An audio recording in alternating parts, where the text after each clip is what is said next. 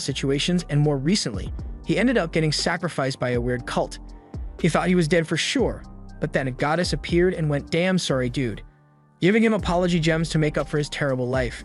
Aside from injuries, he can also trade the gems for random items, but with his bad luck, he ends up just getting a brush. He used up most of his crystals on that one, but he gets new ones every midnight depending on how bad his luck for the day was. The rest of the group disappears into a barrier, and as they follow, they find themselves before a huge tower. Attila seems to have been left behind due to the barrier, so it seems like only those that are participating in the trial can enter. They enter the tower and head up to the top where the Sword Master shows them the seal created by the last Divine King holding hundreds of monsters and the Dark God. Donora can see a girl in the middle stabbing herself along with the Dark God. One other participant, Frederica, tries to launch an attack at the Dark God to kill it once and for all. But the barrier slows down time, so it may take hundreds of years for the attack to finally reach, and one piece might have ended by then. The goal for the night selection exam is for them to accumulate 100 points before they get to the ground, and they can't cheat by jumping off the side of the tower either. Donora wonders if Yogiri's power would work on the Dark God even with the time delayed, but he looks like he feels guilty about something. He usually has a rule about not killing things unless he has a reason to do so, but Yogiri was feeling a little off from all the miasma that was in the area, so he wanted to see if he could find the source and get rid of it, meaning he already killed the Dark Lord in the time bubble. Now that they basically made this whole test pointless by killing the Dark Lord, Yogiri wants to get out of here before anyone figures out what he has done, but before they leave, Lionel hears his name called out by the entitled bitch that dragged him into this competition in the first place. She is demanding that he hand over some of his apologems so she can replenish her mana before the test begins, and he complies but tells her that the apologems do not work for anyone other than him. She leaves Lionel behind, and after picking up his gem, the team can finally get moving. Thankfully, since they were delayed, the people who went ahead have kindly and involuntarily showcased all the traps that were set in the tower, so now their job should be much easier since they just have to avoid triggering the remaining traps in the tower. It shouldn't be too hard, but then again, they've got Lionel and their team, and immediately after Rick had warned everyone to be careful, he steps on a magic circle and gets his chest impaled. Thankfully, he still has some crystals left, so he is able to recover from the severe damage he just took, and since this keeps happening so often, Donora suggests that he just keeps one crystal in his hand at all times. Now confident that he should be safe, he goes running into an unexplored room by himself. And for the sound of the blood-curdling scream coming from him, I don't think he is having a good time in there. Rick runs in after him and finds a woman called Teresa standing in the middle of the blood-covered room. Rick can't believe she would do something like this, since she is meant to be one of the Knights of the Divine King, but this is well within what she would usually do, especially since this is how you're supposed to gain points in this tower. In fact, she ended up killing so many people just for the hell of it that she got her title as a knight stripped from her. So since she is currently unemployed, she decided to try her hand at becoming the Divine King as well, and it's a little bonus that she gets to kill as many people as she likes. Rick tells the others to get out of here as soon as possible, but Donora tells him they can't move because there are currently dozens of things wires strung up all across the room. Teresa is impressed she managed to figure that out before they could fall for the trap, but regardless, that won't save them. Rick puts himself in the front line and tells the others that he will keep Teresa at bay while they find a way to get out of here. However, Teresa has no intention of letting any of them get out of here alive as she starts striking at Rick with her threads. She is definitely a strong opponent, and Rick is doing well to keep up with her attacks thus far. However, Donora can tell that Teresa is still holding back, so if she gets serious, he may be unable to handle her. However, it's never going to come to that as Yogiri tells her to die, and Teresa is immediately on her way to the afterlife. Now that she's dead, they remember they had a guy named Lionel with them, and Yogiri finds his severed hand on the ground. Pretty unlucky that he got his hand with a crystal chopped off, but at least he is still alive. The group head down and have now made it to the 98th floor of the tower, and they are informed that this place counts as a safe zone, so they are free to rest while they are here, and there are even rooms provided for them. Yogiri suggests that since this place is safe, they can split up and do their own things for a while. Rick is okay with splitting up, but he asks if Yogiri and Donora will be alright by themselves. They say they are fine, and Lionel agrees as well since he has run out of apologems for the day, and if he leaves this place without one, he may die for real this time. Since everyone is in agreement, Rick says he will be going on ahead, and Lionel gets a room so he can barricade himself for survival. Yogiri asks Donora if she would like to rest for a while, but unfortunately, there is currently only one room available in this safe zone. And you know what that means. Donora gets nervous and reminds Yogiri that Mokomoko is still here and she will be able to see if anything happens, but Mokomoko says she's okay with the prospect of a grandchild. Yogiri wastes no time in taking off his clothes, but I don't know what you were thinking because he just wanted to change and go to sleep.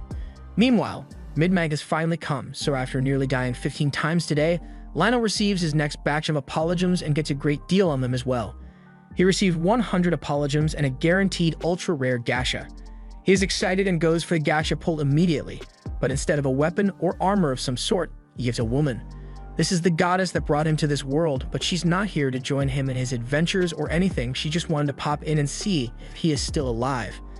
She also tells him that she updated his save point, so now, no matter how many times he dies, he will always respawn here. She then disconnects from the body and vanishes. Meanwhile, in the tower control center, the homunculus girl informs the master that there is a problem. From her calculations, the number of souls that the tower has collected doesn't match the number of people that have died, but he doesn't see it as that big of an issue since they still have more than enough souls available to run the barrier. Another point of concern is that they will also need to replenish their stock of half-demons who are powering the barrier. Elsewhere, we see a blue-haired girl running through a field with explosions happening around her. She points out that it is rude to attack someone on sight when you don't even know what they want yet, but the guy is already well aware that she is here to recruit him. The girl was indeed asked to recruit him and was given orders to kill anyone who refused to join, so she makes sure she has the right person by scanning him with her eye. The guy is called Seitu, and he used his gift to build this colony and live a peaceful life here. And he doesn't want that messed up by Aoi, so he uses his power to attack her with a bunch of tentacles. Unfortunately for him, Aoi has hacks built in. Since none of his abilities are working, Seitu takes out his sword, which has a high luck stat on it, so her ability can't affect it. But that just means she has to avoid getting hit by Seitu's sword, and she does so quite effortlessly before holding him at knife point and slitting his throat. She then gets a message from her talking knife informing Ho that she has got another job to complete and needs to head to the city of Hanabusa in order to take out Yogiri. She's annoyed that she doesn't even get to catch her breath, but starts heading out to complete the mission. But before she goes, a face I never thought I'd see again shows up. Hanakawa somehow managed to survive in the forest for a while, and he was eventually saved by Seitu, who took him in and let him live in his barony. However, now that Aoi has killed him, there's no one left to protect this place, so he desperately wants to go with her. Back to Yogiri and Danura.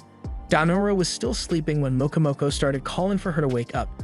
She opens her eyes and finds Yogiri's face first in them titties, although it's not like he did it intentionally since he is still asleep.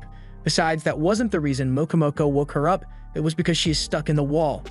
She was watching them sleep earlier when Yogiri started hugging Danura in his sleep, and thinking some spicy action was about to take place, she went into the wall so she wouldn't be interrupting anything. But then she got curious to see if they had gotten busy yet, so she tried to take a peek, and then this happened. It seems like the tower has a mechanism to capture spirits, so she is slowly getting sucked into the wall. Yogiri finally wakes up and she asks if he can do anything to save her, but Danura has already given up and thanks Mokomoko for all the time they spent together. Since the wall is sucking her in, Yogiri walks up to it and locates the mechanism doing the sucking. Then he makes it die, which works for some reason. Mokomoko is glad she managed to survive, even though she's been dead for centuries by now, but she still wonders what the reason behind the tower sucking up souls could be. Yogiri isn't sure, but with all that has happened, he tells Danura that she's going to have to make sure she is ready because he's going to kill anybody that even remotely seems like a threat from this point onward. She already knew they would need to kill people that try to kill them, and she's thankful to Yogiri for always protecting her. And she got Yogiri blushing really hard from what she just said to him. Elsewhere, Aoi is approaching Yogiri and the others in the tower, but they run into the dragon and Hanakawa thinks they should run away, but she doesn't think it's such a big deal and just says, "I don't think a dragon's that bug should be able to fly." And immediately after, the dragon falls to the ground. Her ability doesn't simply cause a force nat one roll, it literally changes the world to be exactly as she believes it to be. So in other words, no matter how delusional she is always right. But if her opponent has good luck, then she can't use it on them. The dragon is still a threat though, but it gets beheaded by an aggressor who gathers intel from it and then heads into the barrier.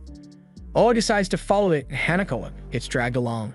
Meanwhile, Yogiri and Danura continue to make their way through the tower by destroying the challenges, but the creator of the tower gets pissed and personally comes down to stop them. He says the tower was created to maintain the barrier and keep the Dark Lord sealed, so he can't have it be destroyed. Yogiri promises that if they let him and Danura out of the tower right now, then he won't destroy it anymore. But Iglesia isn't feeling very reasonable right now. He's about to threaten them, but Yogiri isn't going to wait that long and just kills him. They continue through the tower and find two swordsmen duking it out in a stadium. and a guy called Masaki sitting on a throne which he must have had to carry all the way here. The girl fighting the bunny is apparently a half-demon, but Yogiri doesn't want to get involved and just asks to get through the exit without a fuss. However, Masaki is too full of himself and refuses to let Yogiri go without a fight, while the demon girl doesn't really care what he does. Masaki calls out the rest of his servants to fight and starts explaining what they can do, but none of that is important because a few seconds later, Yogiri kills them all. Masaki tried to fight as well, so Yogiri took him out too. The demon girl recognizes the power Yogiri